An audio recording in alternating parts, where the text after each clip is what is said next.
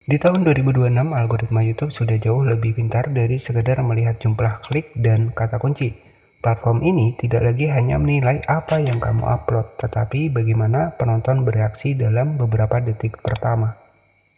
Kalau orang tidak berhenti scroll, tidak menonton cukup lama, atau tidak berinteraksi, algoritma langsung menangkap sinyal konten ini kurang menarik.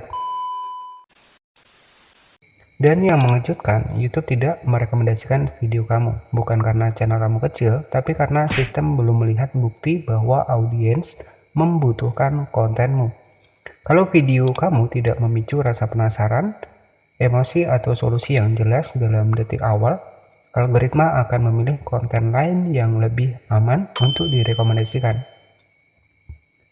Jadi, sebelum menyalahkan shadow ban atau merasa algoritma tidak adil, mungkin pertanyaannya bukan kenapa YouTube tidak merekomendasikan video saya, tapi apakah video saya benar-benar layak diperjuangkan oleh algoritma. Nah, di video ini saya akan jelaskan alasan sebenarnya kenapa YouTube tidak merekomendasikan untuk konten kita, dan strategi apa yang harus kamu ubah supaya video kamu mulai dilirik lagi, dan bisa direkomendasikan. Video kamu sebenarnya sudah bagus, editing sudah rapi, thumbnail sudah niat, judul bahkan sudah tepat ya. Tapi ya tentunya di sini kenapa tidak direkomendasikan. Terus tentunya kita akan mikir ya, apakah algoritma itu nggak adil? Padahal sebenarnya belum tentu itu masalahnya. Nah, di video ini kita akan bahas ataupun ngobrol santai kenapa video kamu belum direkomendasikan di YouTube. Nah, jadi ada salah satu faktor ya kenapa video kita itu tidak direkomendasikan YouTube ya. Karena memang banyak pertanyaan di sini ya. Jadi untuk yang pertama adalah kalau video kamu sering muncul tapi jarang diklik, ya biasanya untuk saat ini algoritma menganggap konten kita kurang menarik. Ya dari segi thumbnail yang mungkin kurang mencolok, dan juga biasanya adalah judul kurang bikin penasaran. Nah, sebenarnya di YouTube itu ya thumbnail itu perlu ya. Jadi thumbnail itu adalah sebuah gambar awal.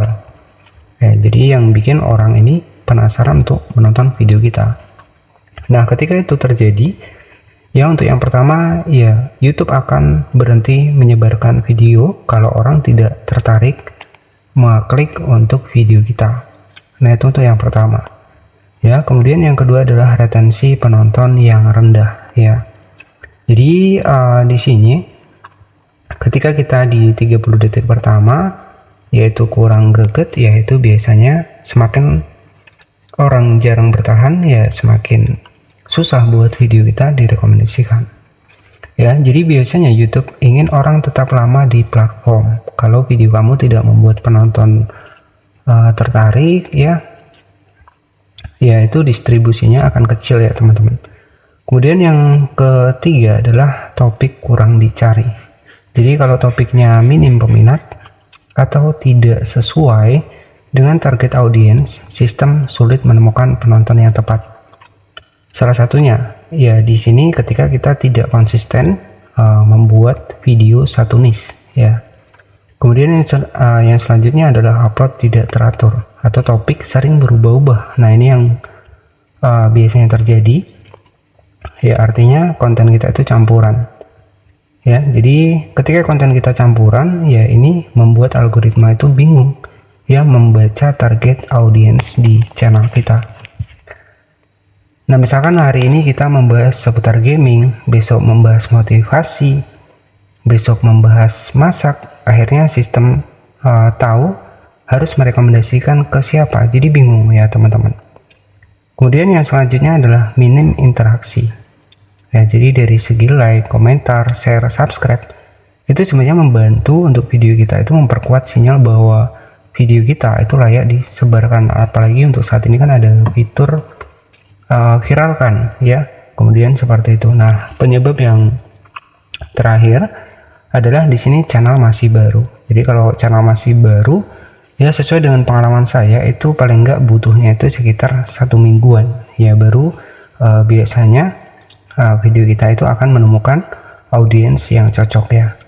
Jadi sebenarnya YouTube tidak merekomendasikan untuk channel yang pertama di sini karena ya konten kita seperti tadi yang sudah saya bahas di awal ya, ataupun kontennya campuran. Jadi di mana sih untuk melihat rekomendasi? Kita masuk di YouTube Studio.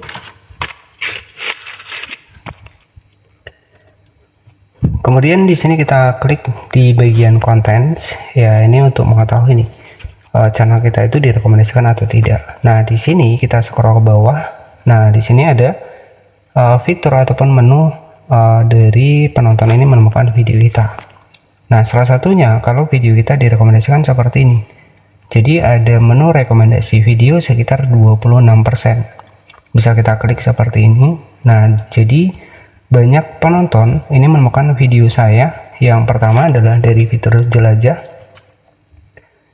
kemudian dari penelusuran YouTube, dan juga dari rekomendasi video. Nah, artinya ya ketika channel kita muncul menu rekomendasi video seperti ini, artinya channel kita itu direkomendasikan. Nah, jadi direkomendasikan ke channel-channel yang setema. Ya, jadi kalau kita di penelusuran YouTube, ya berarti orang banyak menemukan dari pencarian. Kemudian kalau di fitur jelajah, ya bisa ditemukan di browser seperti Google Chrome ataupun yang lainnya, ya. Jadi seperti itu. Kemudian ada istilah penelusuran. Nah, di sini juga jelas ya. Kemudian konten yang menyarankan Anda di sini jelas ya. Dari Google juga di sini ditemukan sekitar 25%. Ya, jadi seperti itu. Nah, untuk hal-hal yang harus dihindari agar video kita itu bisa direkomendasikan adalah fokus satu niche. Ya, jadi kalau satu niche, ya kalau kita membahas seputar masakan, ya kita fokus saja ke konten masakan. Jadi semakin banyak video kita dengan pembahasan topik yang setema, ya maka dari YouTube sendiri akan lebih mudah menentukan buat audiens dari penonton kita. Ya, dan saya juga sudah membuat sebuah channel masakan dan itu terbukti ya teman-teman. Jadi ketika kita fokus di seputar masakan, ya mungkin teman-teman bisa cek video saya sebelumnya. Itu sudah saya bahas ya, channel saya yang sekitar 68 subscriber, 68.000 subscriber itu kontennya tentang masakan. Dan saya berfokus ke masakan, ya rekomendasinya di masakan semua. Jadi konten-konten yang memasak, ya itu pasti rekomendasinya adalah video kita. Jadi lebih enak direkomendasikan, ya.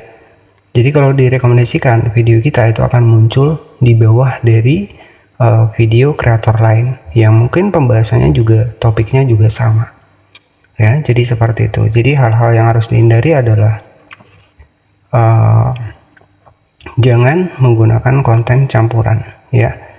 Dan keuntungan dari rekomendasi sendiri, kalau sahabat-sahabat mengajar jam tayang itu akan lebih cepat tembus ya. Kenapa ya? Karena video kita itu akan digulung terus oleh YouTube, jadi akan terus direkomendasikan ya, dan itu menambah views, menambah jam tayang kita di channel YouTube. Jadi mungkin itu saja yang bisa saya sampaikan. Jadi nanti bisa cek di videonya menggunakan aplikasi YouTube Studio, masuk di bagian konten, kita bisa cek ya rekomendasi kita aktif enggak. Ya, kalau aktif ya berarti aman ya, pastinya video kita akan terus direkomendasikan YouTube ya.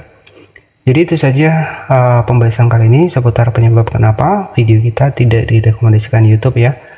Dan jangan lupa subscribe channel ini jika video ini bermanfaat ya. Jangan lupa like juga, komen, dan subscribe ya. Dan jika ada pertanyaan silahkan tanyakan di kolom komentar.